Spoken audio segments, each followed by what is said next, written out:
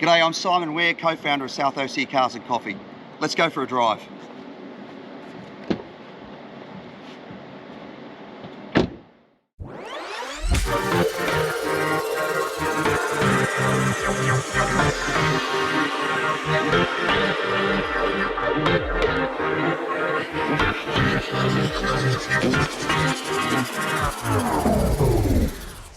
Gothenburg is the second largest city in Sweden with a population of just over 500,000 people.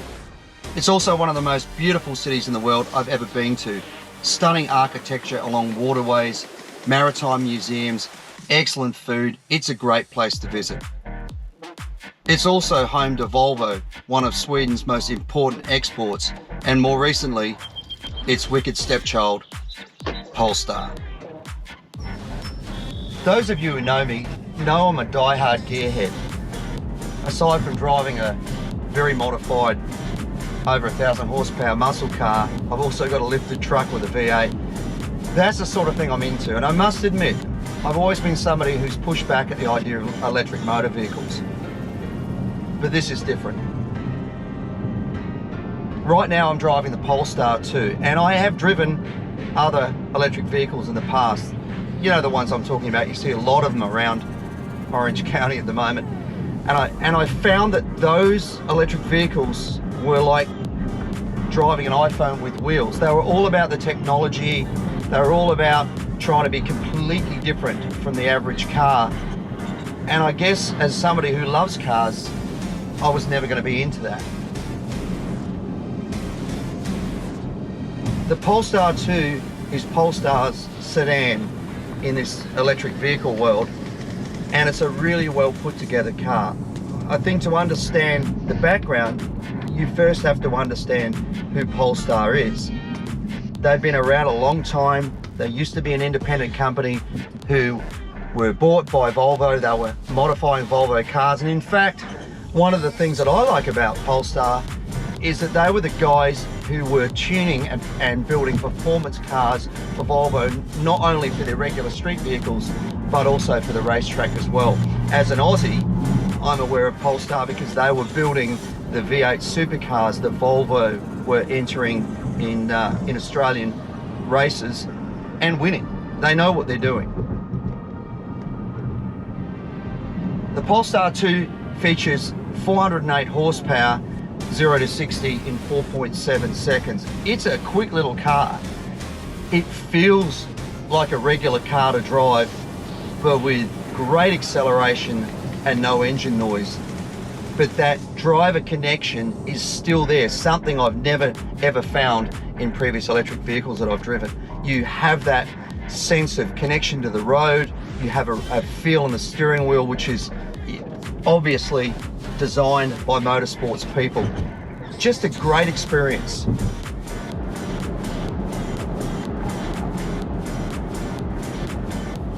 The cockpit feels very spacious, very airy. As you can see, it has a glass roof. There's plenty of leg room. It's just a really nice driving position and great for passengers as well. The Polestar 2 gets up to 233 miles between charges. That's a long way, and it's not an inconvenient thing to charge. Yesterday, I simply pulled up at a location, plugged it in, went and had lunch, came back and it was done. Really, really easily. I think if I had one in my home, I'd want a charger in my home, and then you wouldn't even have to think about it. I mean, most people aren't doing those sort of miles a week, so the thought of having a car like this that you only needed to charge once a week, and literally a few dollars per charge, it's really, really good value. Yesterday, I took the Polestar for a long drive on the freeway, and as freeways happen in Southern California, I got stuck in a traffic jam. So what a great place to try out the adaptive cruise control and the self-driving system. The adaptive cruise control was amazing. I've got it in one of my vehicles, and particularly in start-stop traffic, I never feel safe. It always feels like it's going to run up the back of the car in front of me. Not the Polestar. It kept the perfect amount of distance, and it was speeding up and slowing down exactly in the right time. So it always felt like it was doing what it was meant to be doing. I felt safe. The self-driving was another interesting one for me. I've driven another electric vehicle with self-driving, and it wasn't a great experience. In fact, it put me off autonomous vehicles in the future. That's all been restored now thanks to the Polestar. Let go of the steering wheel, it was staying perfectly in the lane, it was speeding up and slowing down at exactly the right speed. It felt like it was where it needed to be, exactly at the right time, all the time. I think it was a better driver than I was, in fact. All I needed to do was wait for the prompt, put my hand on the steering wheel. That's a safety thing, obviously, these days. It was a great experience. In fact, I have to say, it's the first time ever that I think a traffic jam went too slowly because I wanted to keep using it. So, great job, Polestar. Really great self-driving and adaptive cruise control system. The Polestar 2 comes in at $59,900, which is great value for a car that's fitted out as well as this one is and drives as well as this is. I mean, the performance is absolutely incredible. Of course, there's also the federal and state incentives as well for electric vehicles, so the price comes down a lot as well based on those extra incentives. If you want to lease one, it's $549 a month. It's a lot of car for that amount of money. So now you've had my perspective, let's find out what Sarah, my wife, thinks about this. She's a great person to ask because she not only drives European cars, her dad used to race cars back in Australia when she was a kid growing up. She spent her childhood in the pits at racetracks, and her dad to this day still marshals at events and is involved with car clubs. So Sarah, what do you think? Hi there, I'm Sarah. I'm the car girl from our car family. As a 5'4" female, sometimes I find it really challenging to find a comfortable seating position within a car. This one's really good though. I got in, adjusted the toggles on the side of the driver's seat, and was set to go in about 10 seconds. It's really easy, and it's actually very comfortable to sit in as well. The seat feels sturdy, but comfortable at the same time. It's a really great driving position for me. I really like that I can do a lot straight from the steering wheel. I don't have to take my hands off, which is really safe when I'm driving. Turn the temperature up by 1 degree. All right, turning up the temperature. Easy as that. And I didn't have to take my hands off the wheel. I didn't have to look away from the road, and I can just continue driving safely. One thing I often struggle with is visibility. The Polestar doesn't have any blind spots, and it makes maneuvering in and out of lanes quick and easy for me. Of course, that's also assisted by the blind spot indicators. As Simon mentioned, I grew up in a motorsport family. The girl racer in me really loves how this gets off the mark quickly and handles beautifully. So to summarize from a female driving point of view, the fit, the comfort, the quality and the luxury are all there. The speed, agility and performance are definitely all there also. I love it. I would have one as my daily driver any day. So now you've had the older guy's perspective, you've heard what Sarah has to say about it. Let's hear what James thinks of the Polestar. What's going on, guys? It's James from Southwest Cars and Coffee here in the Polestar P2. So it's my second time driving this vehicle and I absolutely love it. It's one of the most modern feeling electric cars that I've been in. I've driven other things, I've driven Teslas, Model S, Model 3, you name it. And this car just feels absolutely phenomenal. Very, very well put together, very up to date.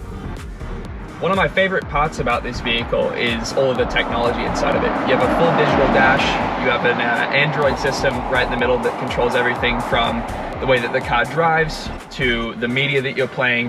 Absolutely everything you can do from one screen in the middle, which is really nice and very convenient. This car has a ton of power, very, very fast, and the power delivery is really smooth as well, something that I was surprised about.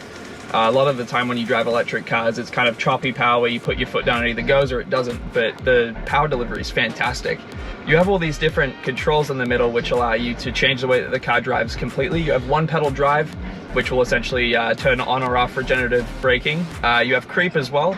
I'd prefer to drive with creep on because it feels like a standard car where it's going to move forward once you take your foot off the brake, and it just drives really, really smooth. You can control everything from the feel of the car to driver assists, everything like that, just from the touch of a couple of buttons. As someone that commutes for work every day, there really isn't a better car that I could think of to commute in than the Polestar P2. It's a great feeling car, so comfy, so smooth, the sound system's fantastic, and it's just a great overall car. I think for me, one of the funniest things about this car is the fact that I actually get more looks in this than I do in the race car. I get people pulling up next to me all the time asking what it is, asking where they can get one, and It's just, it's a fantastic looking car inside and out. You know, in summary, those that know me know that I've said in the past I would never own an electric vehicle. I'm a dinosaur. I'm the guy that deletes the updates from my iPhone. But that's because it was based on my only experience of driving one of these sterile appliance style electric vehicles that are out there. This is so different. This is a driver's car, and it's not surprising when you think where Polestars come from. They were the performance arm of Volvo. They're deeply entrenched in motorsports. So when they're going to design a car, they're going to design it for the driver. But it's not just the cars either, it's the people that are running the business. The head of Polestar was the industrial designer for Volvo.